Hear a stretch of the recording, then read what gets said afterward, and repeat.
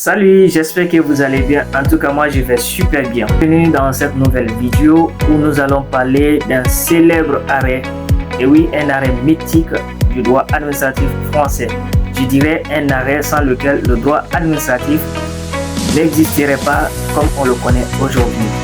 Eh bien, il s'agit de l'arrêt Blanco.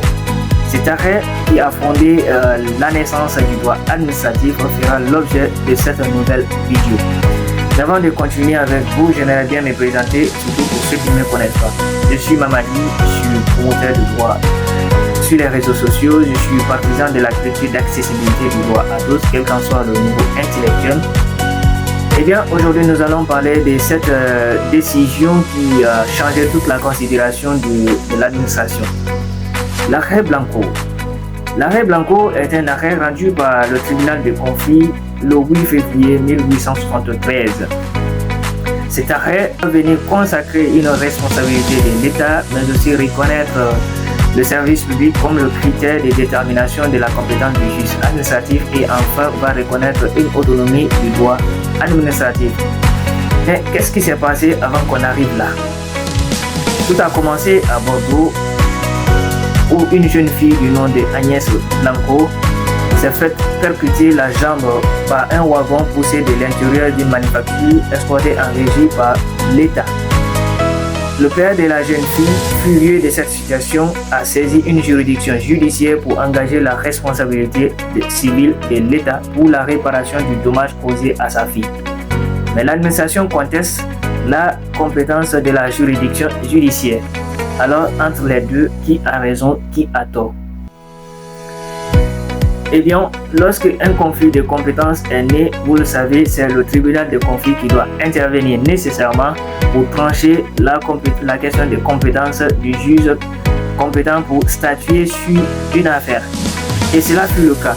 Et là, le tribunal de conflit, une fois saisi, devait répondre à une question fondamentale qui était de savoir lorsque l'administration cause du dommage à un particulier, doit-il être jugé comme ce particulier ou existe-t-il un droit spécifique applicable au service public? Le tribunal de conflit dans cette décision va rendre une solution qui va surprendre et changer toute la considération des jurisprudences antérieures.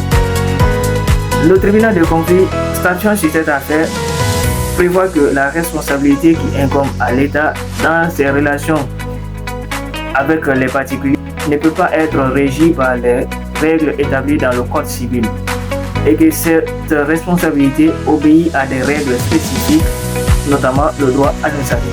Et par conséquent, le juge compétent, c'est bien le juge administratif. Cette décision que le tribunal de conflit a rendue va changer toute la donnée de la considération de l'administration. Premièrement, l'administration devient responsable pour ces dommages causés aux particuliers, remplaçant ainsi le principe de l'irresponsabilité de l'administration, puisque l'administration était irresponsable auparavant pour les dommages qu'il causait aux particuliers. Deuxièmement, le tribunal de conflit vient de consacrer l'autonomie du droit administratif, en disant que les relations qui impliquent l'administration avec les particuliers ne peuvent être régies par des règles qui sont établies dans le Code civil, mais plutôt par des règles spécifiques. Et ces règles spécifiques, il s'agit bien de la règle du droit administratif. Donc, le tribunal de conflit, en consacrant l'autonomie du droit administratif, va permettre la distinction de deux systèmes de responsabilité. Un premier système de responsabilité qui constitue les relations de particulier à particulier, qui doivent être nécessairement régies par les règles du droit commun. Par exemple, dans un contrat entre particulier et particulier, c'est le Code civil qui s'applique, donc du droit commun. Mais les relations qui impliquent l'administration et les particuliers, ces relations doivent être régies par le droit administratif. Donc, ça veut dire que lorsque une relation implique l'administration, seul le droit administratif peut être applicable à cette situation. Et troisièmement, pour finir, le tribunal de conflit va consacrer le service public comme critère de détermination de la compétence du juge administratif. Un principe était déjà créé par le tribunal de conflit de manière implicite. Il s'agit du principe de la liaison de la compétence et du fond. Ça veut dire simplement qu'il y a une liaison entre le droit applicable à une affaire et la compétence du juge à statuer.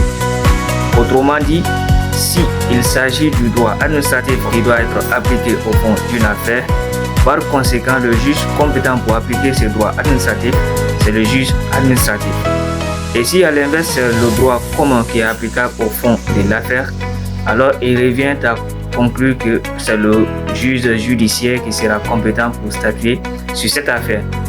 En présence, selon le tribunal des conflits, c'est l'art du droit administratif qui doit être appliqué. D'où par conséquent, le juge administratif sera compétent pour appliquer ces droits administratifs. Pour finir, il faut reconnaître que la décision Blanco est une décision qui constitue le point de départ du droit administratif et que le droit applicable à l'administration constitue le droit administratif et le service public constitue le critère de détermination de la compétence du juge administratif.